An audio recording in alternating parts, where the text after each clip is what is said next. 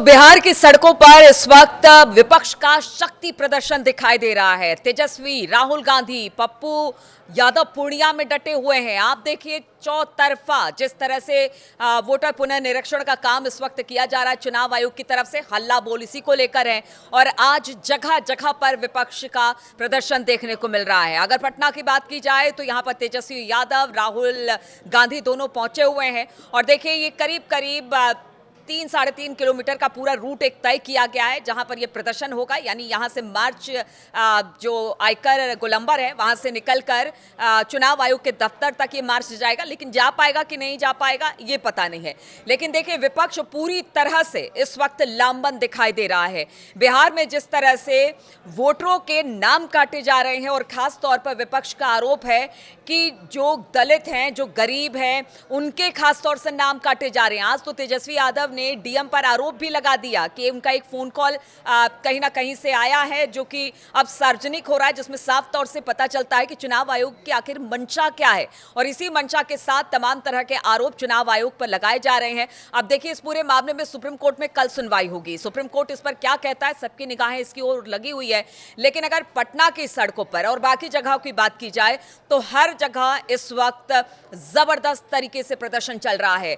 RJD की बात की जाए या लेफ्ट पार्टीज की बात की जाए, उसके अलावा अगर कांग्रेस की बात की जाए तो उनके कार्यकर्ता इस वक्त सड़कों पर उतरे हुए हैं। जगह जगह पर प्रदर्शन चल रहा है और यही मांग की जा रही है कि जिस तरह से चुनाव आयोग काम कर रहा है वो कहीं ना कहीं बिहार की जनता को छलने का काम कर रहा है। बिहार के नागरिक का जो अधिकार है वोट देने का वो छीन रहा है। और इसी बात को लेकर चुनाव आयोग के खिलाफ आज ये जबरदस्त प्रदर्शन है। देखिए विपक्ष लामबंद हो रहा है और ये महागठबंधन है, इसका चुनाव में भी इस लामबंदी का कितना असर पड़ता है वो भी एक तरह से इसलिए से शक्ति प्रदर्शन कहा जा रहा है कि अगर ये लामबंदी होती है तो एक तरह से शक्ति प्रदर्शन है कि हम एकजुट होकर लड़ेंगे।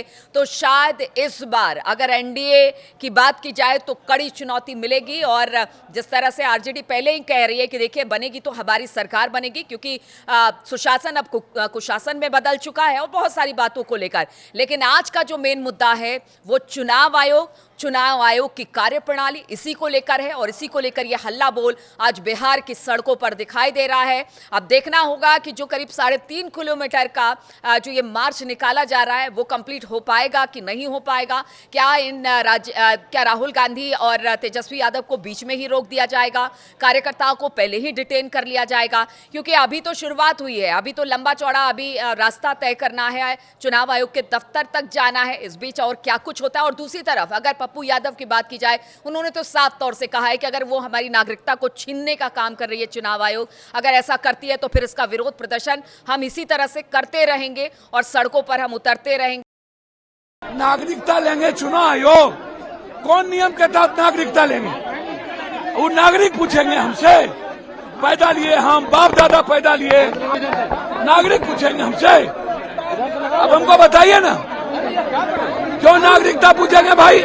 अब देखना होगा कि इस बंदी का या इस बहिष्कार का या फिर इस प्रदर्शन का कितना असर पड़ता है, ये तो आगे देखने वाली बात होगी। लेकिन कल सबकी निगाहें जब सुप्रीम कोर्ट में इसे लेकर सुनवाई होगी और देखना होगा कि सुप्रीम कोर्ट चुनाव आयोग के वोट जो इस वक्त वोटर लिस्ट में पुनर्निरीक्षण की बात हो रही है उसको लेकर क्या कहता है। तो सबकी नजर उस पर बनी रहेगी।